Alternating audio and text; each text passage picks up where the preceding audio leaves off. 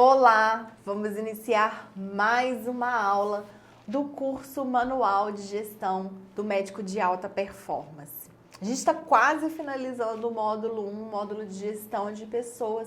Vamos recapitular tudo que a gente já viu até aqui. Nós falamos como ser um bom líder. Falamos também sobre como encontrar boas pessoas para fazer parte dessa equipe. Falamos da importância de capacitar essas pessoas, prepará-las para exercer a função. Falamos também como reter esse colaborador para que ele não vá em busca, de um outro trabalho, uma outra oportunidade e que você perca ali todo o processo, todo o tempo que você demandou. E agora, para finalizar, esse colaborador precisa entender que o seu consultório, a sua clínica, ela é uma empresa e como toda empresa também tem regras. É engraçado que em todas as consultorias, mentorias e treinamentos que eu participo, as pessoas, os colaboradores envolvidos, eles ficam meio assustados quando a gente fala que é uma empresa. É porque realmente é um pouco difícil de assimilar a área da saúde relacionada à empresa. Mas sim, é uma empresa com CNPJ, com fins lucrativos e que para funcionar precisa ter regras de condutas, regras de ética. E esse assunto é um pouco polêmico, mas precisa ser falado. Chega de enrolação, vamos dar início à nossa aula. Como eu disse, esse é um assunto um pouco polêmico e geralmente pode colocar empresas e colaboradores em posições opostas. Mas vamos lá. Toda empresa precisa ter regras para funcionar, como horário de chegada, horário de abertura, se fecha ou não para o almoço, se pode fazer o uso do celular pessoal e outras regras. Essas regras nós chamamos de regulamento interno das empresas, que é o instrumento pelo qual o empregador pode se valer para estabelecer direitos e obrigações aos empregados que a ela presta serviço. Muitas empresas se utilizam desse regulamento para criar normas complementares às já previstas na legislação trabalhista ou no contrato de trabalho, já que, por mais abrangente que possa ser, a norma trabalhista não é o suficiente para satisfazer as necessidades particulares de cada empresa. De forma geral, o regulamento interno estabelece o que é permitido ou não dentro da organização e pode abranger regras tanto para os empregados quanto para o próprio empregador. Dentre as principais regras que normalmente são dispostas em um regulamento, além das normas legais, que regem a relação trabalhista, podemos citar cláusulas que estabelecem a obrigatoriedade da utilização de uniformes, cuidados no manuseio de máquinas e equipamentos,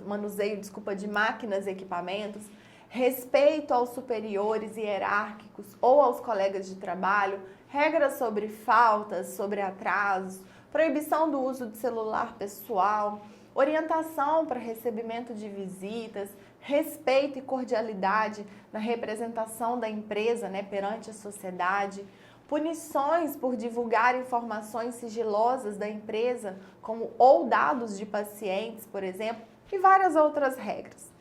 É importante esclarecer que essas regras não podem violar os direitos já assegurados por lei, de acordo com a convenção coletiva. Vou colocar aqui os pontos que os médicos mais me questionam sempre se pode fazer parte desse regimento interno ou não. Primeiro, uniforme. O uso do uniforme, ele pode ser obrigatório desde que seja fornecido por você. Algumas empresas vendem o uniforme para o empregado e dessa forma o uso passa a ser opcional. O empregado não tem a obrigação de comprar.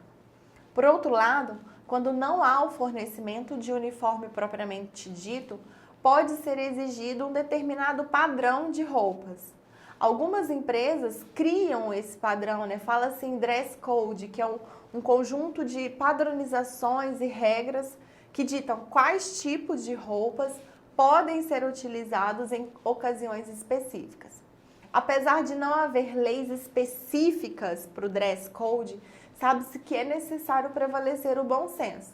Por exemplo, Não se pode fazer a exigência que uma secretária compre uma determinada blusa da marca Animale, pois isso desrespeitaria a proporcionalidade do custo da blusa e a remuneração da secretária.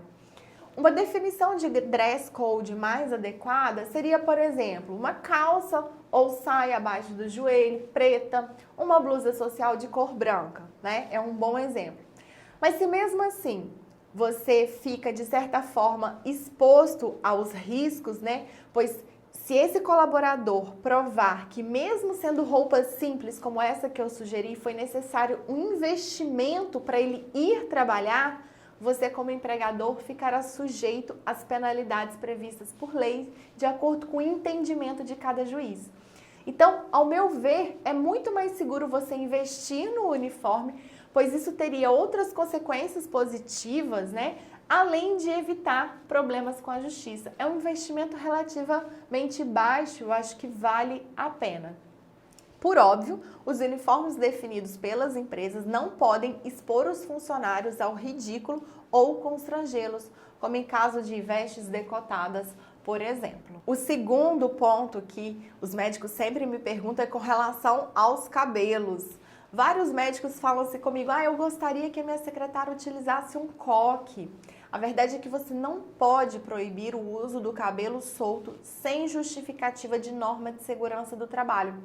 Então, se esse é um desejo, recomendo que consulte junto ao seu contador quais são as exigências de segurança do trabalho que aquele cargo possui. Nesse caso, você pode apenas recomendar, sem que se torne uma regra.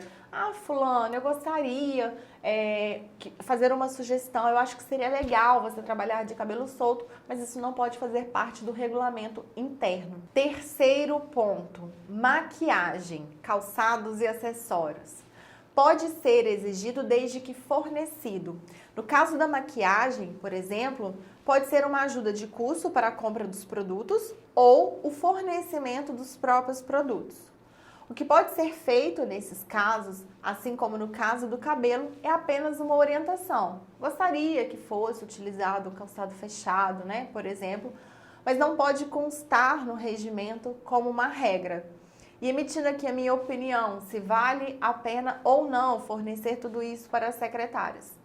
Se você é cirurgião plástico, dermatologista, nutrólogo, eu acho sim que vale a pena, pois isso faz parte da criação de desejo do seu paciente. A parte da estética trabalha muito com o desejo e esse desejo é muito mais aguçado visualmente. Uma outra hipótese é se você tem uma clínica voltada para o público AA. Nesse caso também vale a pena, né? Imagina a sua secretária ofertando um tratamento de R$10.000 com as olheiras evidentes e uma rasteirinha. Fica incoerente com a proposta de serviço que você está oferecendo. Teve um caso recentemente, né? Se vocês pesquisarem isso no Google, provavelmente vão encontrar que a companhia aérea Gol sofreu um processo milionário justamente por exigir que as aeromoças trabalhassem maquiadas e de unhas feitas, sem fornecer nenhuma ajuda de custo ou até mesmo material para isso. Então, se o juiz entender que aquilo está indo contra o funcionário, que o funcionário está tendo que gastar um dinheiro, gastar do seu salário para exercer uma função, para poder trabalhar, com certeza isso vai te trazer custos processuais. Não é interessante, você fica exposto, tá? Então, vale a pena você pensar se para a sua especialidade, se para o seu negócio, se para o seu público, vale a pena você fazer esse investimento, até porque isso fala da apresentação pessoal e hoje o que vende é a apresentação pessoal. Ainda que, aparentemente, o regulamento sirva apenas como regras a serem cumpridas, na prática ele serve para conscientizar o empregado, seja atual ou recém-contratado, de como a empresa atua, como funciona o ambiente de trabalho e como seus empregados agem ao representá-la perante a sociedade. Portanto, todo o regulamento precisa ser lido e assinado por cada colaborador, pois somente assim você poderá cobrar que essas regras sejam seguidas ou advertir quando não cumpridas. Viu como está mais fácil controlar aquele funcionário que anda um pouco mais rebelde, que parou de usar o uniforme que você concedeu? Bom, se ficou alguma dúvida com relação à elaboração dessas normas, me manda uma mensagem. Vai ser um prazer te ajudar a trazer uma clínica muito mais organizada para que você tenha sucesso. Estamos finalizando aqui agora o módulo 1 de gestão de pessoas. Gestão de pessoas, como nós falamos desde o início, é o maior bem, né? O funcionário colaborador, ele é o maior bem que a sua clínica pode ter. Siga todas as etapas, siga todas as recomendações para que você tenha sucesso na arte de liderar, de contratar, de selecionar, capacitar e remunerar. Se ficou qualquer dúvida, mais uma vez, fique à vontade para me mandar uma mensagem. Vai ser um prazer te ajudar. Até a próxima aula do módulo 2.